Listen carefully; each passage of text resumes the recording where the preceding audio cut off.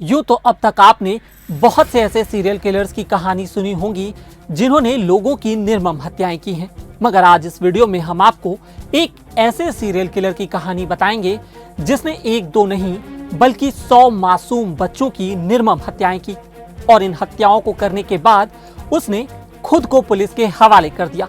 जी आइए जानते हैं क्या है पूरी कहानी। ये कहानी है पाकिस्तान के रहने वाले जावेद इकबाल की। साल 1999 के दिसंबर महीने में पूरे पाकिस्तान में उस समय खलबली मच गई जब लाहौर के एक उर्दू अखबार के संपादक को एक चिट्ठी मिली। इस चिट्ठी में लिखा था, मेरा नाम जावेद इकबाल है और मैंने 100 बच्चों का कत्ल किया है और उनकी लाश को तेजाब डालकर गला भी दिया है। जावेद ने अपनी इस चिट्ठी में यह भी कहा कि उसने जितने भी बच्चों का कत्ल किया था उनमें से अधिकतर घर से भागे हुए या अनाथ बच्चे थे। जावेद ने चिट्ठी में उस जगह के बारे में भी बताया जहां उसने सारे बच्चों का कत्ल किया था। जावेद ने अपने इस कबूलनामे की एक चिट्ठी लाहौर पुलिस को भी भेजी थी। पुलिस ने तो इसे एक मजाक समझकर इस पर गंभीरता नहीं दिखाई, मगर अखबार के संपादक ने इस बात को गंभीरता से लिया और चिट्ठी में बताई गई जगह पर एक रिपोर्टर भेजा। रिपोर्टर जब उस जगह पर पहुंचा तो इसने एक घर के अंदर खून के निशान देखे।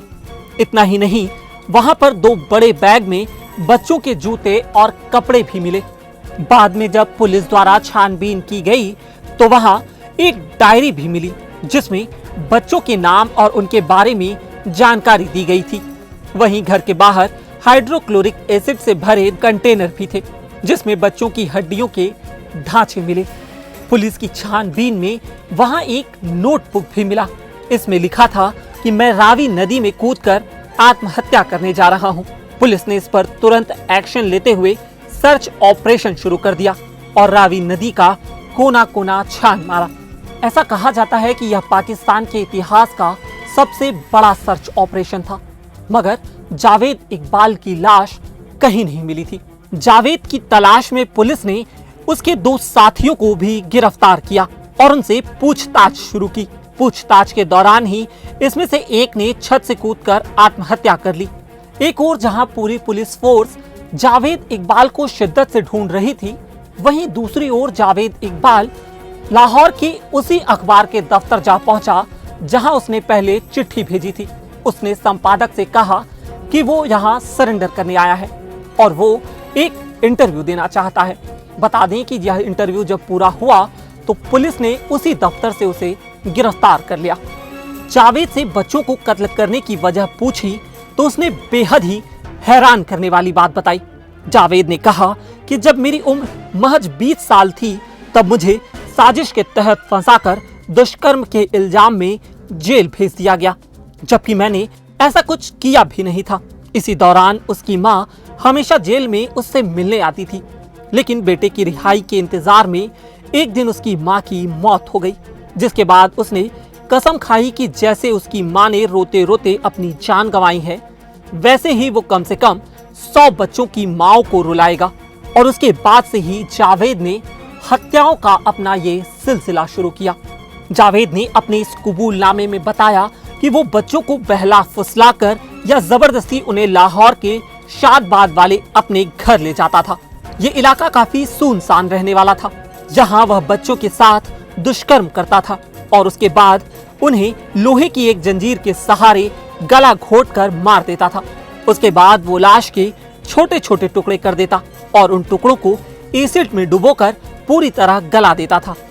और यदि उसके बाद भी कोई टुकड़ा बच जाता तो वो उसे ले जाकर नदी में फेंक देता। जावेद के सारे कबूलनामे के बाद साल 2000 के मार्च महीने की 16 तारीख को जावेद को अदालत में पेश किया गया। जब अदालत में जावेद के मामले की सुनवाई हुई तो इस पर अदालत का फैसला भी हैरान करने वाला था।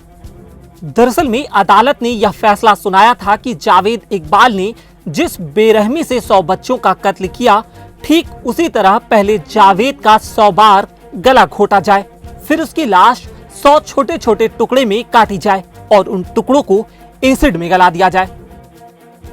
हालांकि इस फैसले के बारे में जब दुनिया भर के देशों को पता चला तो उन्होंने इसका जमकर विरोध किया, जिस वजह से पाकिस्तान की अदालत को अपना ये फैसला पलटना पड़ा और अदालत ने यह फैसला पलटकर जावेद इकबाल को फांसी पर लटकाए जाने की सजा सुनाई।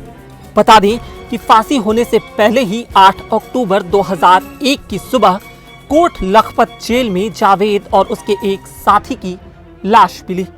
उनकी लाशें छत में लगी सरिया के सहारे लटक रही थीं। उनके हाथ पैर नीले पड़ चुके थे। ऐसा माना जाता है कि जेल में ही उन दोनों का कत्ल किया गया था। पहले उन्हें जहर दिया गया और फिर उन्हें बेडशीट के सहारे सरिया से लटका दिया गया, लेकिन जेल अधिकारियों ने इसको खुदकुशी माना था। बता दें कि इस मामले में कई पुलिस अधिकारियों को भी निलंबित कर दिया गया था। इस वीडियो में इतना ही। मेरा नाम है उत्कर्ष, कैमरे के पीछे थे रविंद्र जी। अगर आपको यह वीडियो पसंद आया तो हमारे फेसबुक पेज पर लाइक करें और यूट्यूब पर सब्सक्राइब करें। शुक्रिया।